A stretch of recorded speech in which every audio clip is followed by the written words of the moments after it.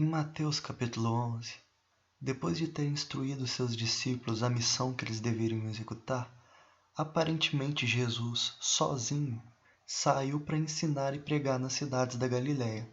E João, que havia sido preso, ao ouvir o que Cristo estava fazendo, enviou seus discípulos para perguntarem: És tu aquele que havia de vir, ou devemos esperar algum outro? Jesus respondeu: Voltem e anunciem a João o que estão ouvindo e vendo. Os cegos veem, os mancos andam, os leprosos são purificados, e os surdos ouvem. Os mortos são ressuscitados, e as boas novas são pregadas aos pobres. E feliz é aquele que não se escandaliza por minha causa. Em Isaías 35, verso 5, é anunciado que na vinda do Senhor, os olhos dos cegos seriam abertos e os ouvidos dos surdos se abririam.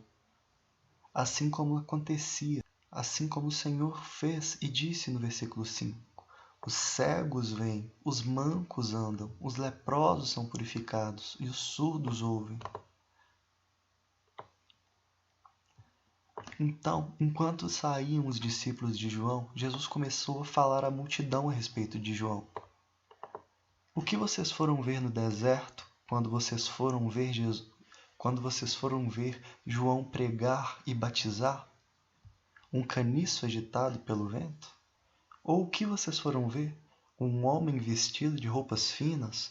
Ora, os que usam roupas finas estão nos palácios e não nos desertos. O que vocês foram ver? Um profeta? Sim. Jesus disse que sim, João era um profeta. E mais que profeta. E Jesus cita a respeito de quem era João. Este é aquele a respeito de quem está escrito: Enviarei o meu mensageiro à tua frente, e ele preparará o teu caminho diante de ti. Essa profecia que Jesus citou se encontra em Malaquias 3, verso 1. Vejam, eu enviarei o meu mensageiro, que preparará o caminho diante de mim. Então, de repente, o Senhor que vocês buscam virá para o seu templo. O mensageiro da aliança, aqueles que você desejam, virá, diz o Senhor dos Exércitos. Uma promessa que viria um mensageiro da parte de Deus e depois o próprio Senhor viria ao templo. E Jesus continua dando testemunho de João, dizendo que dos nascidos de mulher não surgiu ninguém maior do que João Batista. Mas, todavia, o menor do reino dos céus é maior do que ele. E desde os dias de João Batista até agora, o reino dos céus é tomado à força, e os que usam de força se apoderam dele. Pois todos os profetas e a lei profetizaram até João. E Jesus cita mais uma profecia a respeito de João no versículo 14. E se vocês quiserem aceitar, esse é o Elias que havia de vir. Essa profecia citada por Jesus encontra-se em Malaquias 4, verso 5. Eis que vos enviarei o profeta Elias, antes que venha o grande e terrível dia do Senhor. E ele converterá o coração dos pais aos filhos e o coração dos filhos aos seus pais, para que eu não venha e fira a terra com maldição. Aquele que tem ouvidos, ouça. E Jesus começa a dar um testemunho contra a geração. Aqui posso comparar essa geração? São como as crianças ficam sentadas na praça e gritam umas às outras. Nós lhe tocamos flauta, mas vocês não dançaram. Cantamos um lamento, mas vocês não entristeceram-se.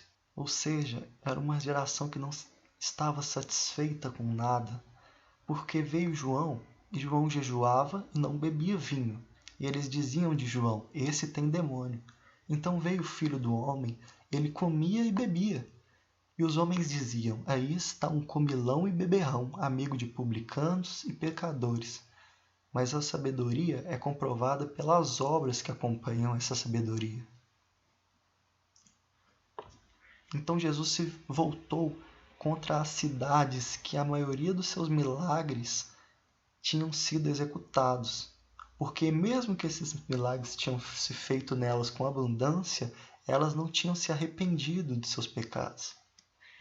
E ele disse: ai de você, Corazim, ai de você, Betsaida, porque se os milagres que foram realizados entre vocês tivessem sido realizados em Tiro e Sidom, duas cidades que foram destruídas pela desobediência, há muito tempo elas teriam se arrependido, vestido roupas de saco e cobridos de cinzas.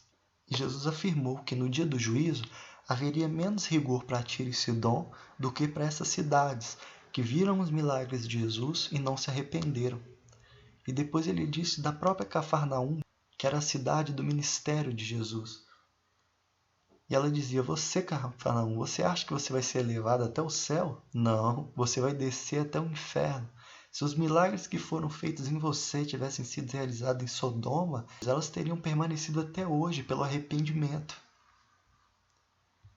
Mas Jesus afirmou que no dia do juízo haveria menor rigor para Sodoma, que foi destruída pelos seus pecados, do que para Cafarnaum, que viu a misericórdia e os milagres de Jesus e não se arrependeram.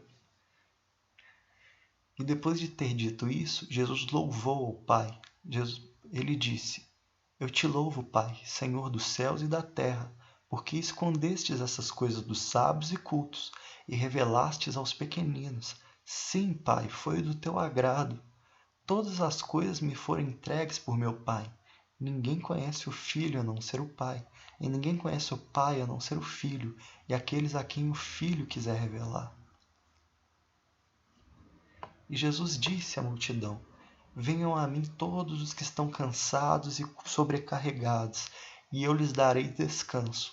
Tome sobre vocês o meu jugo e aprendam de mim, pois sou manso e humilde de coração. E vocês encontrarão descanso para suas almas, pois o meu jugo é suave e o meu fardo é leve. E assim se encerra o capítulo 11 de Mateus.